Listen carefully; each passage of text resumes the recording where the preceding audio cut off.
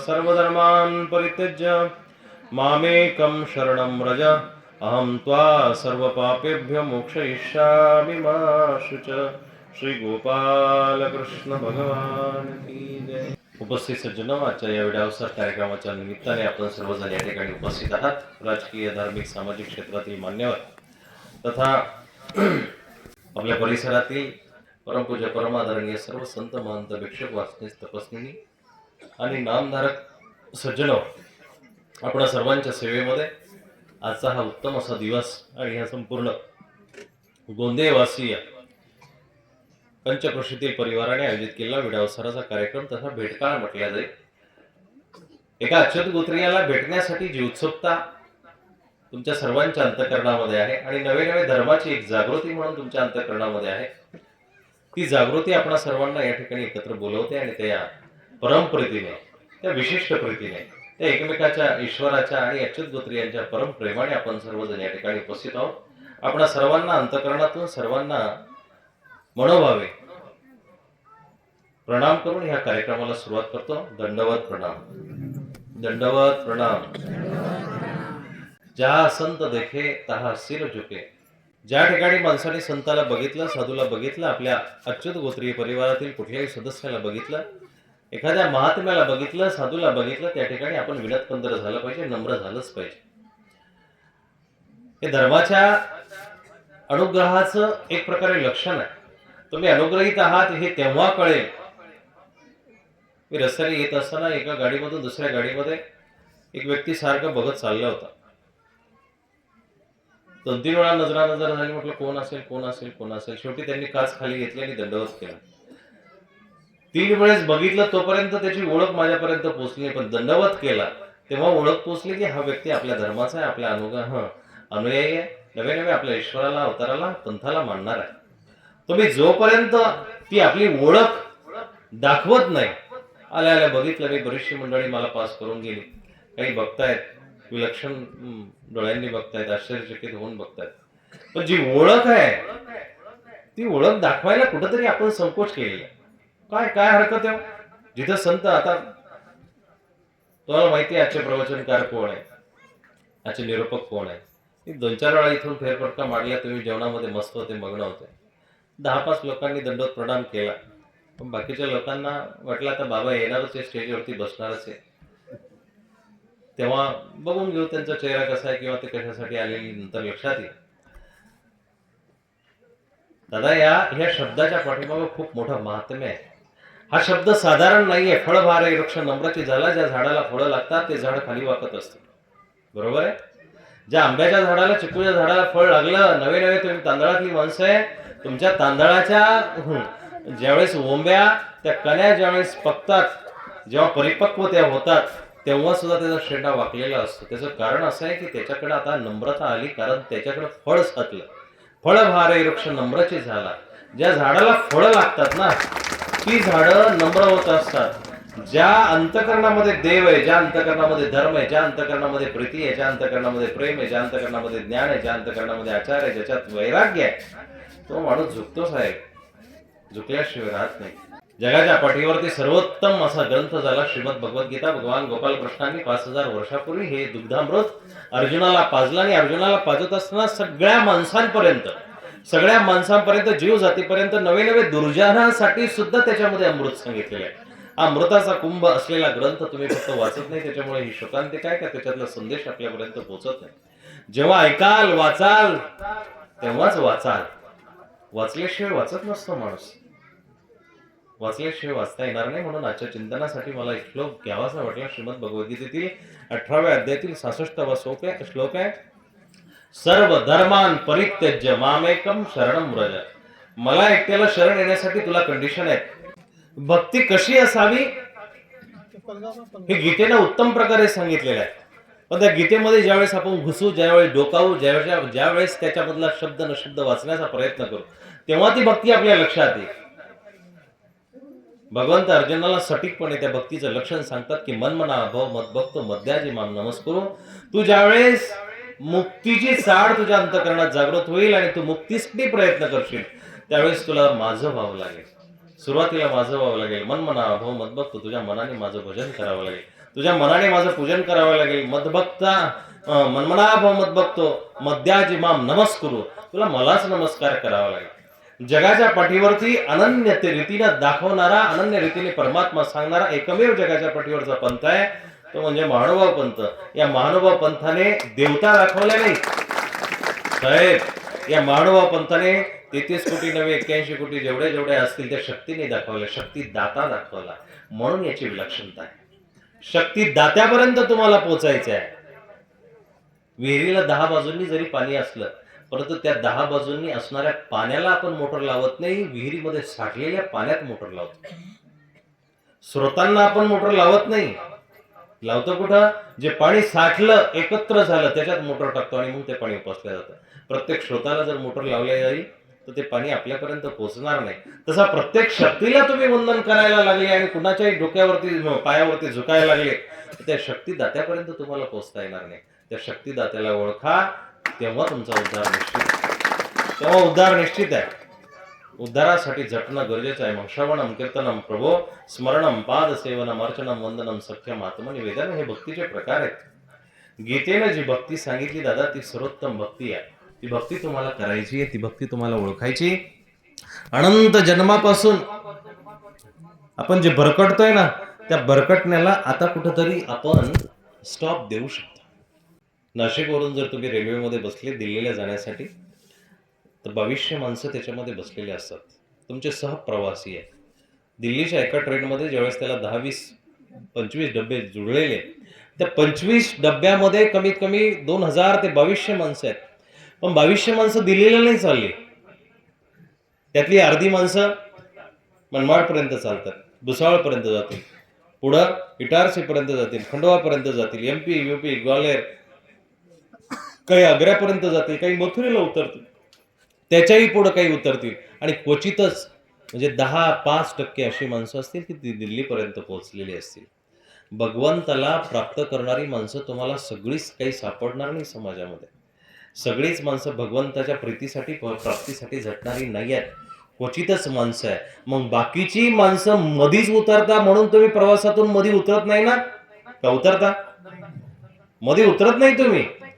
तुम्हाला दिल्लीला जायचंय म्हणून तुम्ही दिल्लीलाच उतरता, मधल्या प्रवाशांना साथ देत नाहीये.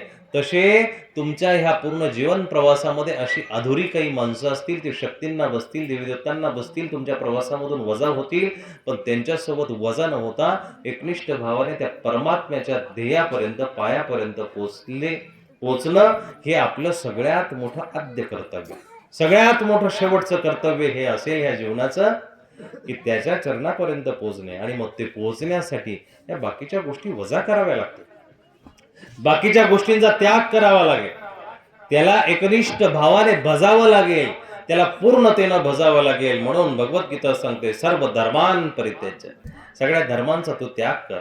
अर्जुना, ज्यावेळेस तुला भौतिक राज्य प्राप्त करायचंय त्यावेळेस तुला भाऊ मारावा लागेल, तुला मामा मारावा लागेल, तुला गुरु मारावा लागेल, तुला पिता मारावा लागेल, तुला चुलता मारावा लागेल, तुला सासरा मारावा लागेल, तुला चुलत भाऊ मारावा लागेल, नको नको ते मावस भाऊ असतील ते सगळे मारावे लागेल. केव्हा?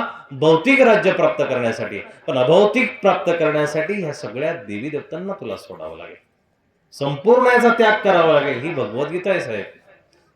कोणी प्रश्नचिन्ह करेल की नाही बाबा ते असं करावं लागतं, ते तसं करावं लागतं, भगवंताची भाषा या सगळ्या गोष्टींना पुरून उरणारी आहे. भगवंत स्पष्टपणे सांगतो सर्व धर्मान परित्यज्य, सगळ्या धर्मांचा त्याग करा. मग त्याच्यामध्ये देहाचे धर्म आहे, कुळाचे धर्म, देशाचे धर्म, शेजारचे धर्म, पाजारचे धर्म, मित्राचे धर्म, गावाचे धर्म, काय काय धर्म जे जे तुम्ही धरून ठेवलेले आहे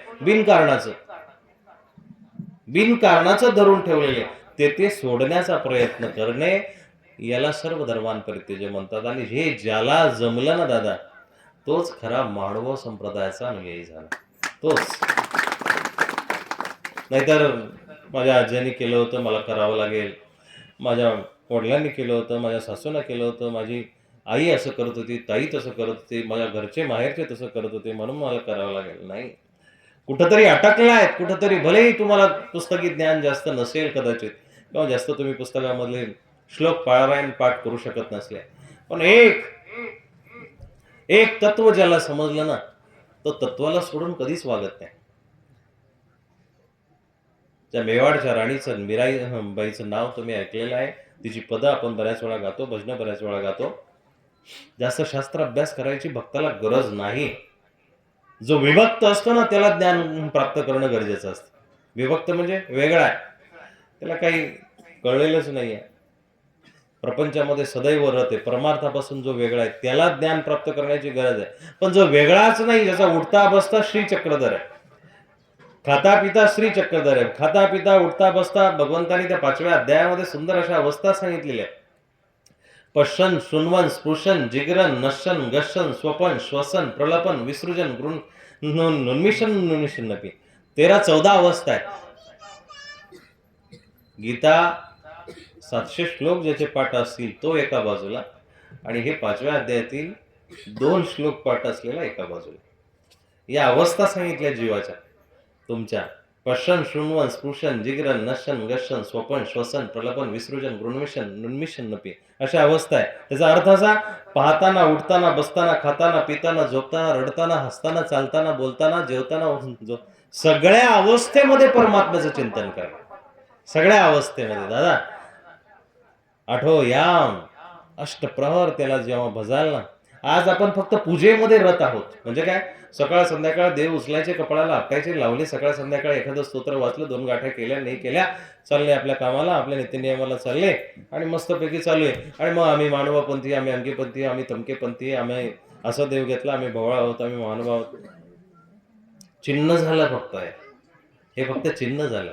गणवेश घातला, काय गणवेश घातला, माळ घातली, पण पुढं सरकले नाही. पुढं सरकणं गरजेचं आहे. त्यांनी खूप अभ्यास केला म्हणून माणूस पुढं सरकतो का? नाही दादा.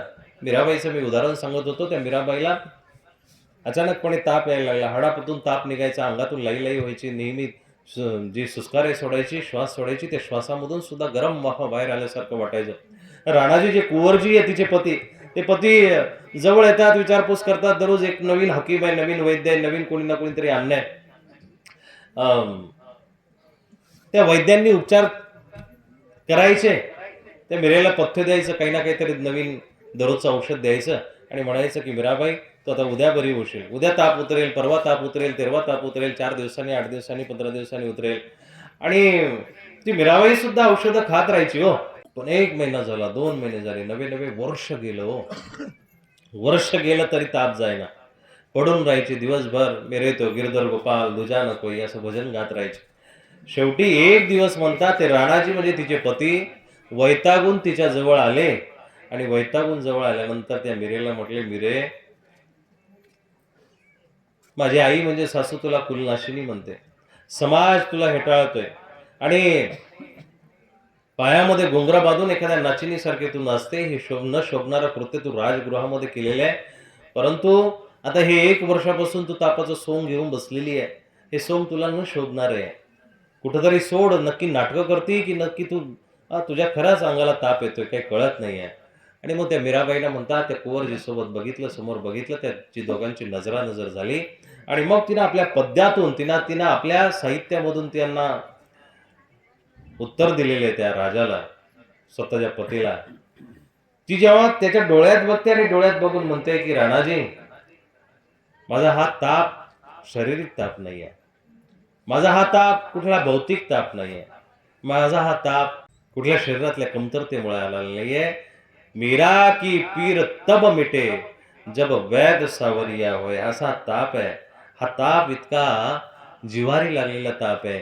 हा ताप तेव्हाच मिटू शकतो की जेव्हा वैद सावरिया होय. वैद्य म्हणून, डॉक्टर म्हणून माझा कन्हैया ज्यावेळेस माझा हा ताप घेण्यासाठी येईल, तेव्हा हा माझा ताप मिटेल.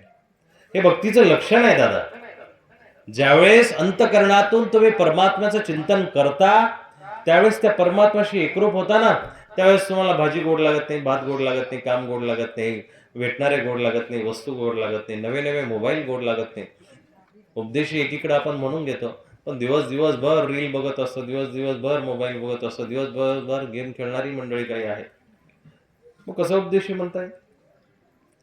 ते उपदेश घेत असताना सप्तव्यसनांचा त्याग सांगितलाय. 8वं व्यसन पण आता सांगावं लागेल भविष्यामध्ये, की उपदेशी माणसाने जास्त मोबाईल वापरायचा नसतो. आहे मंडळी काही? मोबाईलचा अतिवापर बऱ्याच वेळा धर्म सांगण्यासाठी इथं मला बोलवलंय. त्या धर्माला तुम्हाला जागृत होणं गरजेचं आहे. आचरणाशिवाय कुठलाच धर्म पुढे सरकत नसतो. धर्माप्रती तुमचं आचरण किती आहे. मग मी त्या दंडवत प्रणामची तुम्हाला परिभाषा सांगायची होती की दंडवत तोच करतो जो वाकलेला आहे. दंडवत तोच करतो जो खरा ओला झालेला आहे भक्तीने, भावाने, श्रद्धेने. तोच माणूस दंडवत करतो. दंडवत प्रणाम तोच करतो ज्याला खरा देव कळालेला आहे. दंडवत प्रणाम तोच व्यक्ती करू शकतो की ज्याच्या अंतःकरणामध्ये नम्रता आहे, ज्याच्या अंतःकरणामध्ये श्रद्धा आहे, भाव आहे, जिज्ञासा आहे. तो नक्कीच वाकणार. हो, नक्कीच वाकणार. आपली बरीचशी उपदेशी मंडळी कधी कधी साधूंना बघून तोंड फिरवून जातात आणि काही काही अन्य माणसं सुद्धा दुसऱ्या धर्माची असून सुद्धा ती पायावरती डोकं ठेवतात. ही विषमता जी दिसून येते ना, हे खऱ्या धर्माचं प्रतीक नाहीये. खऱ्या धर्माचं प्रतीक नाहीये. दंडवत कोण करतो? महाभारतातला प्रसंग आहे. तुम्ही तो प्रसंग ऐकला असेल, परंतु तरीही त्याला उजाळी देऊन थोडक्यामध्ये सांगतो. अर्जुन आणि दुर्योधन भगवान श्रीकृष्णाला भेटायला गेले. महाभारतामध्ये तो प्रसंग आहे. शेवटचं आता युद्ध व्हायचं ठरलेले, युद्ध करण्याचे प्रसंग आता ठरलेले आणि युद्धाची तयारी पण झालेली आहे. पण तयारीच्या शेवटी एक महत्वाचं कार्य राहिलं होतं की भगवान कृष्ण नेमकं कुणाच्या बाजूने, योगेश्वर कुणाच्या बाजूने, हे कोडं अजून कुणालाही सुटलेलं नव्हतं. आणि मग दोन्ही बाजूचे प्रतिनिधी म्हणून एकीकडून अर्जुन, या पांडवांच्या सेनेकडून अर्जुन आणि कौरवांच्या सेनेकडून दुर्योधन, दोघंही प्रतिनिधी म्हणून भगवंताला भेटायला जातात. राजप्रसादामध्ये गेलेले द्वारकेमध्ये आणि म्हणतात की भगवान कृष्ण शय्येवरती लोटले झोपलेले आहेत. दोघंही गेले. एंटर केल्यानंतर दोघांनी बघितलं की भगवंत पहुडलेले आहेत. आता तो झोपलेला नाहीये. कधी तो झोपण्याचं नाटक करत असतो. तो जर झोपला तर आपल्या कोणीही जागा राहणार नाही आपल्यातलं. त्याचं झोपणं सगळ्यांसाठी धोक्याची घंटा आहे. तो झोपूच शकत नाही. तो सदैव आठो याम अष्टप्रहर, एक क्षण, क्षणाच्या 10 पळ तो जागृतच आहे. तो सेकंदाचाही अंशात्मक भाग अणु, रेणू, परमाणू मध्ये तो व्याप्त आहे. सगळीकडची व्यवस्था त्याला बघणे, त्याच्याकरता तो व्याप्त आहे. हे वारंवार एक वाक्य सांगत असतो की एखाद्या माणसाकडून आपलं काम काढण्यासाठी त्याला आपण जर 100, 50, 500 रुपये दिले तर तो आपलं काम करू शकतो. एखाद्या अधिकाऱ्याने जर आपल्याला रस्त्यानं जाताना एखाद्या पोलिसांनी आपली गाडी अडवली, हेल्मेट नाहीये, सीट बेल्ट नाहीये, त्यालाही आपण 100, 200, 500 रुपये दिले तर तोही आपलं सोडून देऊ शकतो. इथं असलेला प्रत्येक जो माणूस आहे त्याची प्रत्येकाची एक किंमत ठरलेली आहे. त्या किमतीवरती तो सेट आहे. तेवढी तो किंमत दिली की ती कार्य होऊन जात असं. भगवंता कुठल्याही किमतीही वरती सेट होत नाही. परमात्मा जो आहे ना, परमात्म्याजवळ वशिला चालत नाही. कारण परमात्मा कुणाचीही लाच स्वीकारत नाही.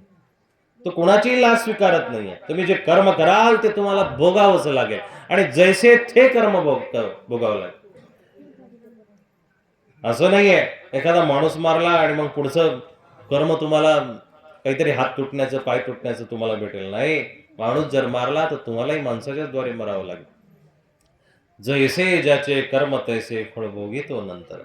तशाच पद्धतीने ते कर्म भोगणे, तशाच पद्धतीने पुढे मी तुम्हाला दृष्टांत देणार आहे. परंतु जेव्हा हे दोघं भेटायला गेले, शूरवीर आहे, दोन्ही बाजूचे प्रमुख अग्रज असलेले हे दोन योद्धे आहेत आणि भेटायला गेले म्हणतात भगवंत पहुडलेले आहेत. मग स्वाभाविकपणे अर्जुन भगवान कृष्णाच्या पायथ्याला बसला आणि दुर्योधन कुठं बसला? डोक्याजवळ, उशाजवळ. इथे एक वाक्य ऐकण्यासारखं आहे दादा. जो अहंकारी असतो ना, अहंकारी नेहमी डोक्यावरती बसत असतो. जो नम्र माणूस आहे त्यालाच पायाजवळ बसता येत असतं. अहंकारी माणूस पायाजवळ नाही बसू शकत. जो नम्र आहे त्या नम्र माणसालाच पायाजवळ बसतानाही लाज वाटत नाही, खाली बसतानाही लाज वाटत नाही. साधू कसाही असो, पण माझ्या देवाचा आहे म्हणून त्याला दंडवत करायला काही वाटत नाही, त्याला घरी बोलवायला काही वाटत नाही. पण चालले रस्त्याने काही ना काहीतरी चालले, त्यांच्या कामाला चालले असते म्हणून त्यांच्याकडे दुर्लक्ष करणारे हे अहंकारी माणसाची लक्षण आहेत. अहंकार नेहमी डोक्यावरती बसत असतो. दुर्योधन डोक्यावर जवळ बसला, मध्ये बसलेला आहे, सोफ्यावरती पाय टेकून बसलेला आहे आणि भगवंतानेही जाणून घेतलं, भगवंताची ही तजवीज आहे सगळी, त्याला तसं करायचंय. नियोजनच त्यांनी ठरवलेलं की मला ज्याच्या बाजूला जायचं तो माझ्या पायाजवळ असला पाहिजे. आणि मग भगवंत उठतात आणि पहिली नजर अर्जुनाकडे गेली, अर्जुनाकडे दृष्टी टाकली. बा अर्जुना, केव्हा आलास? अर्जुन म्हणतो, प्रभू आताच 10-20 मिनिटं झाले असतील. फळा गटका 2 गटका झाल्यात. तेवढ्यात तिकडून ते महाशय म्हटले, दुर्योधन साहेब म्हटले की यादवा, कृष्णा तुला मी दिसलेलो नाही अरे, पण मी पण आलेले, अर्जुनाच्या अगोदर आलेले. मग भगवंत मान तिरपी करतात आणि बघतात, असं, अरे वा युवराज तुम्ही पण आलेले, बरं झालं. मग दोघंही समोर बसले, दोघांकडे बघून भगवंत चर्चा करतात आणि चर्चा करता करतात, मग काय प्रयोजन केलं आज, नेमकं काय गोंद्याला येण्याचा कार्यक्रम. ते म्हटले की तुम्हाला तर माहितीच आहे, युद्ध ठरलेले आणि युद्धाच्या आता आखाड्यामध्ये उतरत असताना तुमच्यावरती सगळा निर्णय, तुम्ही ज्या बाजूला त्या बाजूला सगळं जाईल. भगवंत म्हणतात की मीही शपथ घेतलेली कर, न धरी शस्त्र करी न गोष्टी युक्तीच्या चार. हातामध्ये शस्त्र धरणार नाही, पण 4 गोष्टी युक्तीच्या सांगेल. माझं प्रवचन ज्याला ऐकायचंय तो मला घेऊन जाईल. दुर्योधन मनोमन विचार करतो, याचं प्रवचन ऐकून कोणाचं भलं झालं, याचं प्रवचन याच्या घरचेच ऐकत नाही, याच्यातलीच अर्धी मंडळी मी फोडलेली आहे. दुर्योधन असा मनोमन विचार करतो, याचं प्रवचन ऐकून काय करायचं. हा गणित म्हणतो की अर्जुन माझा आहे, गणित म्हणतोय की भीष्माचार्य माझे, गणित म्हणतो मी कुणाचंच नाही आहे. 10वा अध्याय जर वाचला तर लक्षात येईल तुम्हाला. भगवंत 10व्या अध्यायामध्ये कमीत कमी 50 विभूती सांगतात की ह्या माझ्या राम शस्त्रभृतामन, नगानामस्मी हिमालय, सर्पानामस्मी वासुकी. मी सापांमध्ये वासुकी आहे, मी नगामध्ये हिमालय आहे, मी शस्त्रधाऱ्यांमध्ये राम आहे, पवन पवतामस्मी, पवनामध्ये वाऱ्यामध्ये मी पवनपुत्र आहे, वगैरे वगैरे सगळे शक्ती सांगतात. आणि नंतर मग शेवटी काय म्हणतात की मेकांशेन स्थितो जगत, भलेही मी असं सांगितले असेल पण हे सगळं माझ्या एका अंशामध्ये, म्हणजे बाकीचे 99 शिल्लकच आहे. इतका तो अभूतपूर्व आहे, इतका तो अनादि मध्यांत रहित आहे, इतका तो पुराण पुरुषोत्तम आहे, इतका तो अलिप्त आहे, इतका तो अलिप्त आहे. आणि मग भलेही तसा बोलत असतो पण तो सामान्य माणसांना न कळणार आहे, सामान्य लोकांना कळण्यासारखा नाही. भगवंत कळणारही नाही, सामान्य लोकांना कळणार नाही. पोथी पडपडत जगमवा, पंडत भयानक होय. कितीही पोथ्या वाचा, न वेदेर न दाने न चेज्जय. आम्ही दानाने कळणार नाही, वेदांनी कळणार नाही, वाचनाने पारायणाने कळणार नाही, यज्ञ करणारे कळणार नाही. मग कशाने कळेल. तुम्ही मला जर शरण आले, अनन्य भावाने जर मला तुम्ही शरण आले, अनन्याश्चिंतयन्तो माम हे जना पर्युपासते तेषां नित्याभियुक्तानां योगक्षेमं वहाम्यहम्.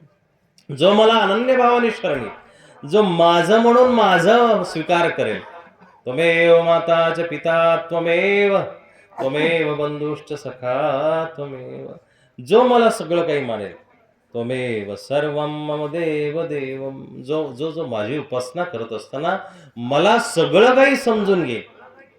दादा सोपं पण आहे. या ढिगभर प्रपंचाला, गाडीभर प्रपंचाला आपलं म्हणण्यापेक्षा फक्त ते एकाला आपलं म्हणणं हे लई सोपं आहे, पण जमत नाही आपल्याला. हे जमत नाही. जे इतर भक्ती करणारी जी मंडळी आहे त्यांच्याकडे बघा आणि बघा, लक्षात येईल तुमच्या. किती सोपं आहे हो.